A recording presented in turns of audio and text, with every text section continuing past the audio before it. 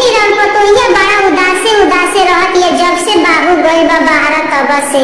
हाँ रे छोटकी ते तो हमरा जुबान के बात छीन ले हम ये सोचा तनी कि हमार पतोही कितना चाहत रहलसिया, काहे इतना धीरा रहती है, एकदम चुपचाप रहती है, ना केहू से बोलती है ना बतियावती है।